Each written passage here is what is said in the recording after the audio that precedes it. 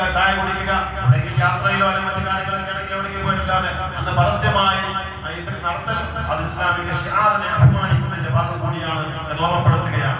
അതിനാദരിക്കണം. നോമ്പ് നോൽക്കലിപ്പോ പല കാരണം അസുഖങ്ങളൊക്കെ കാരണം സാധിച്ചില്ലെന്ന് വരാം. അങ്ങനത്തെ ആളുകൾ പക്ഷേ ഇൻസാഫ് അവർക്ക് കൂടി മഹത്തായ സുന്നത്താണ്. ആ ഇൻസാഫ് കൂടി പാലിക്കണം. അല്ലാഹു തൗഫീഖ് പ്രദാനം ചെയ്യട്ടെ.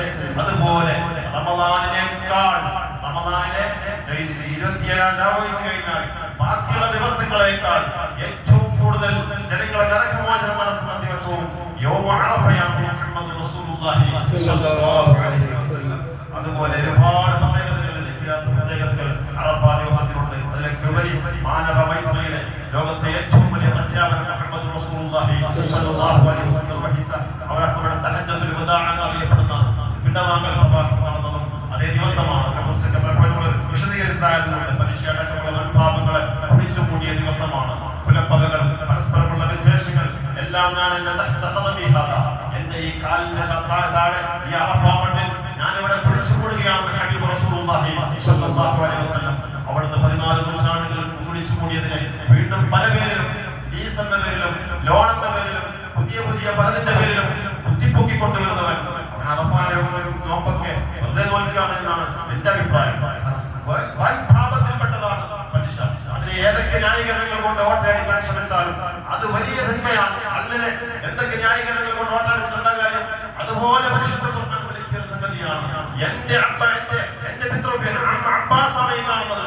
അബ്ബാസ് ഏറ്റവും വലിയ പലിശക്കാരാണ് കൂട്ടത്തിലെ ഏറ്റവും വലിയ ബാങ്കറാണ്. അവരെ ഞാൻ പറയുന്നു, ഇയാൾക്ക് കൊടുക്കാനുള്ള പൈസ നിങ്ങൾ കൊടുക്കണ്ട. ഞാനിതാ പ്രഖ്യാപിക്കുന്നു, സ്വന്തം വീട്ടിൽ നിന്ന് തുടങ്ങി മുഹമ്മദ് റസൂലുള്ളാഹി സ്വല്ലല്ലാഹു അലൈഹി വസല്ലം തന്റെ പ്രഖ്യാപനം അങ്ങനെ പ്രഖ്യാപിച്ച് കാണിച്ചു കൊടുത്ത ദീനാണ്. ഇബ്നു റബീഅ എന്ന മകന്റെ പേരിലുള്ള കൊലപാതകത്തിന്റെ ഒരു ചൊടിയുമായി, ഒരു പകയുമായി കുടുംബങ്ങൾ നടക്കുന്നുണ്ടായിരുന്നു. റസൂലുള്ളാഹിന്റെ ബന്ധുക്കളാണ് ഇബ്നു റബീഅ. ആ കുഞ്ഞാണ് മരണപ്പെട്ടത്. റസൂലുള്ളാഹിന്റെ കുടുംബത്തിൽപ്പെട്ട കുഞ്ഞാണ് മരണപ്പെട്ടതെന്ന് പോയിട്ട് റസൂലുള്ളാഹി പ്രഖ്യാപിക്കുകയാണ്. ഇനി ആ കുടിപ്പക പാടില്ല, അതെല്ലാം പരിഹരിക്കേണ്ടതുണ്ട്. അതിന്റെ രീതിയിൽ പരിഹരിച്ചു പോകണം. അല്ലാതെ രണ്ട് ഗോത്രങ്ങൾ തമ്മിൽ, രണ്ട് കുടുംബങ്ങൾ തമ്മിൽ കലഹങ്ങൾ ഇവിടെ അവസാനിപ്പിക്കണം.